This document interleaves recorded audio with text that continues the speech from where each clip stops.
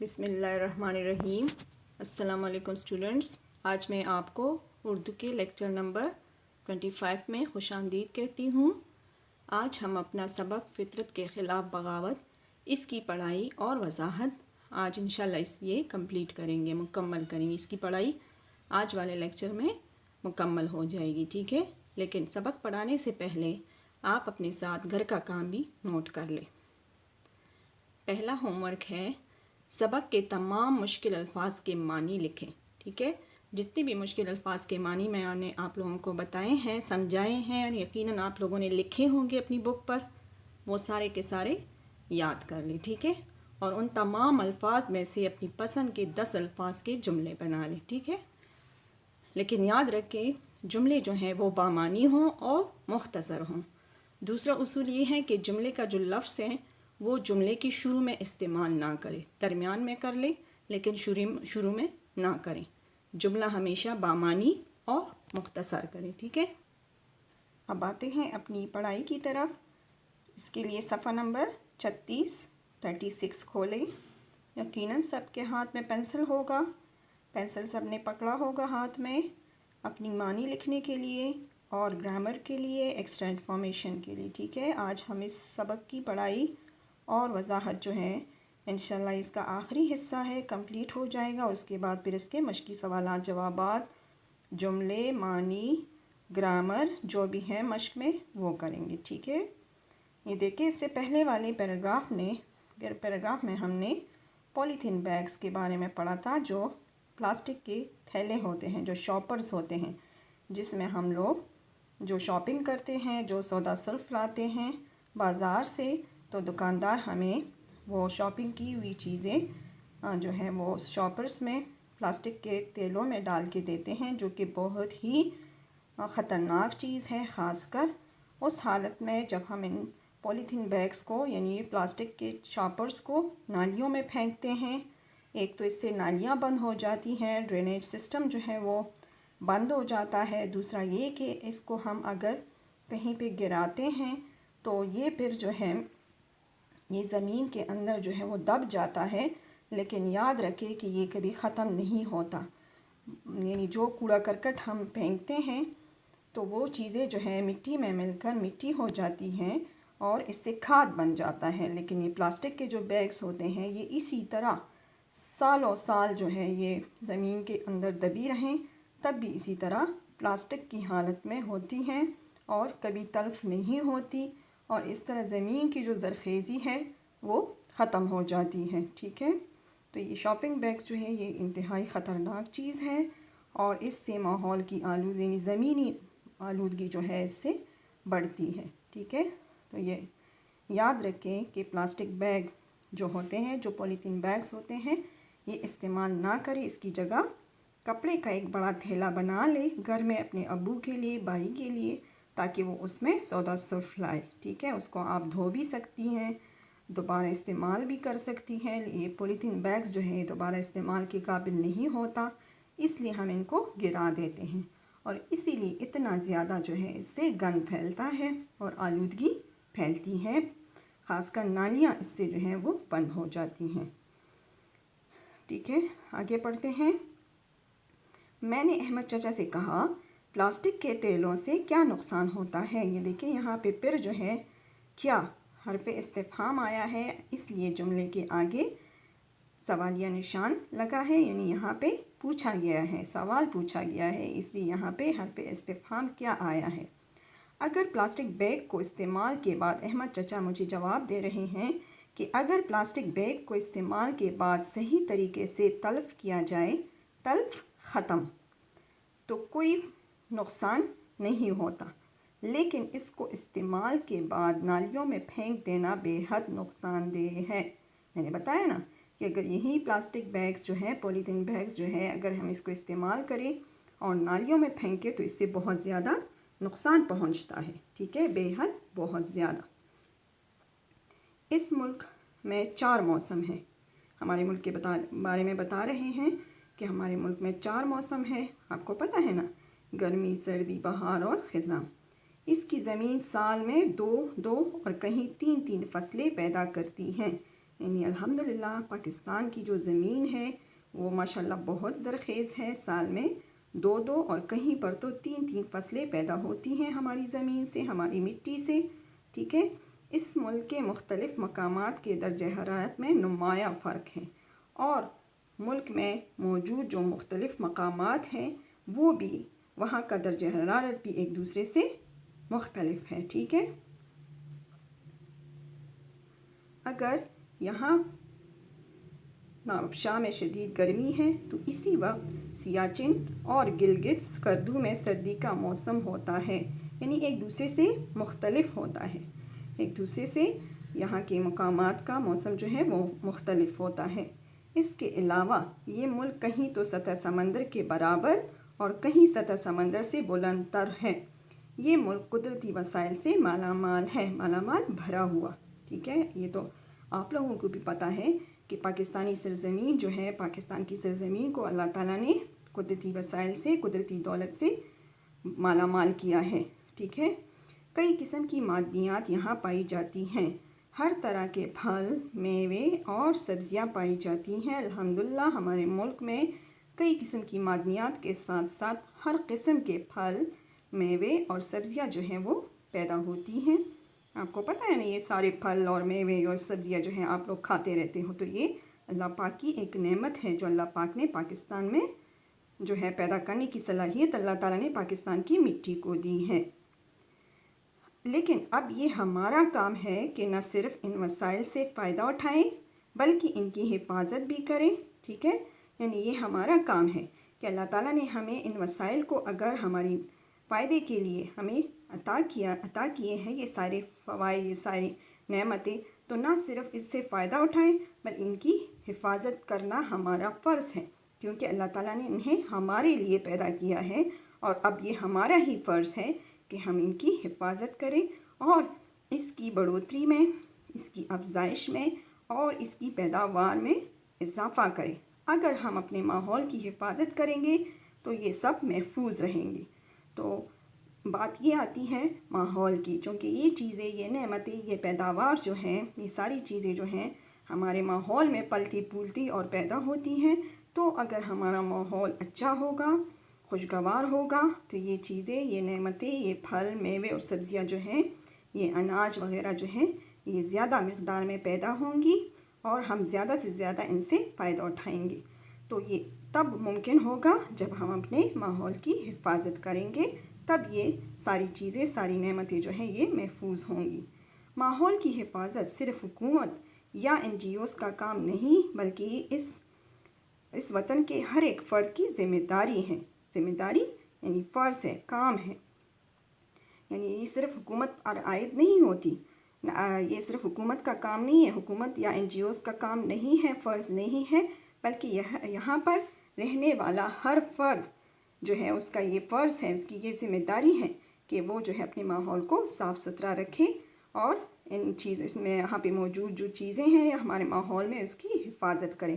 اگر کارخانہ دار کوئی کارخانہ لگاتے ہوئے صرف اپنے فائدے کے بارے میں نہ سوچیں بلکہ ملک کا بھی سوچیں اور فاسد مواد کے لیے ٹریٹمنٹ پلانٹ لگائیں، ٹھیک ہے، تو ہمارے دریا آلودہ نہ ہوں گے۔ اب مثال لیتے ہیں کارخانہ دار کی، جو کہ اپنے کارخانوں سے، اپنے کارخانوں کی پیداوار سے جو ہے بہت زیادہ جو ہے وہ فائدہ لیتا ہے، تو وہ کارخانہ لگاتے ہوئے صرف یہ نہ سوچے کہ اس سے مجھے بہت زیادہ، یہاں کی پروڈکٹ سے مجھے بہت فائدہ ہوگا، بہت منافع ہوگا، بلکہ جو ہے وہ اپنے ملک اور قوم کا بھی سوچے اور جو ہے وہ اپنے کارخانوں سے فاسد مواد کے لیے ٹریٹمنٹ پلانٹ لگا لے، ٹھیک ہے۔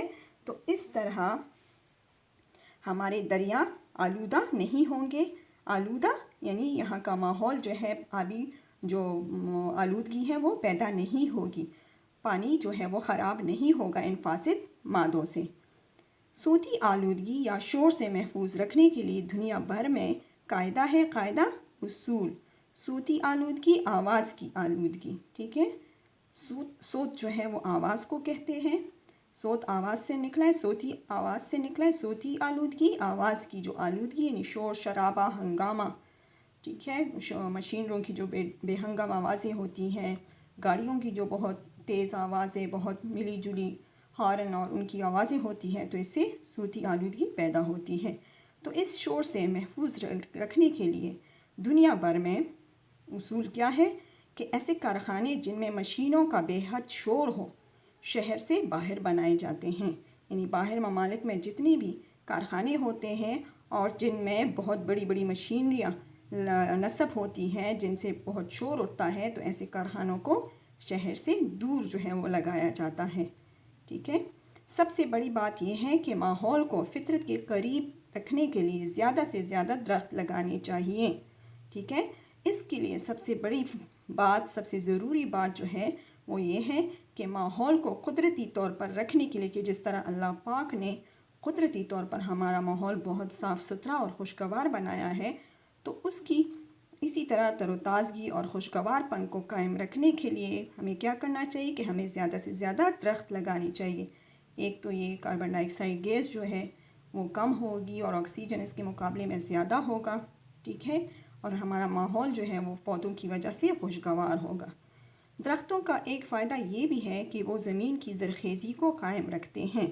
جہاں درخت نہیں ہوتے وہاں کی زمین زرخیز مٹی بارش یا سیلاب کے پانی میں بہہ جاتی ہے۔ یہ بات میں نے آپ لوگوں کو شروع میں بھی بتائی تھی کہ جس زمین پر درخت نہیں ہوتے تو وہاں کی زرخیز جو مٹی ہوتی ہے چونکہ وہ نرم ہوتی ہے، ٹھیک ہے، تو وہ بارش یا جب سیلاب آتا ہے تو اس کے ساتھ اوپر والی جو اس کی تہہ ہوتی ہے وہ بہہ جاتی ہے اور وہاں فصلوں کی کاشت متاثر ہوتی ہے، یعنی جو نیچے ریتلی اور بہت سخت زمین ہوتی ہے وہ رہ جاتی ہے، اور پھر آپ کو پتہ ہے کہ وہاں پہ پھر فصلیں کاشت نہیں ہوتی، یعنی وہ زمین جو ہے وہ کاشت کے قابل نہیں رہ پاتی، جبکہ درخت کی جڑیں زمین کو مضبوطی سے جمائے رکھتی ہیں۔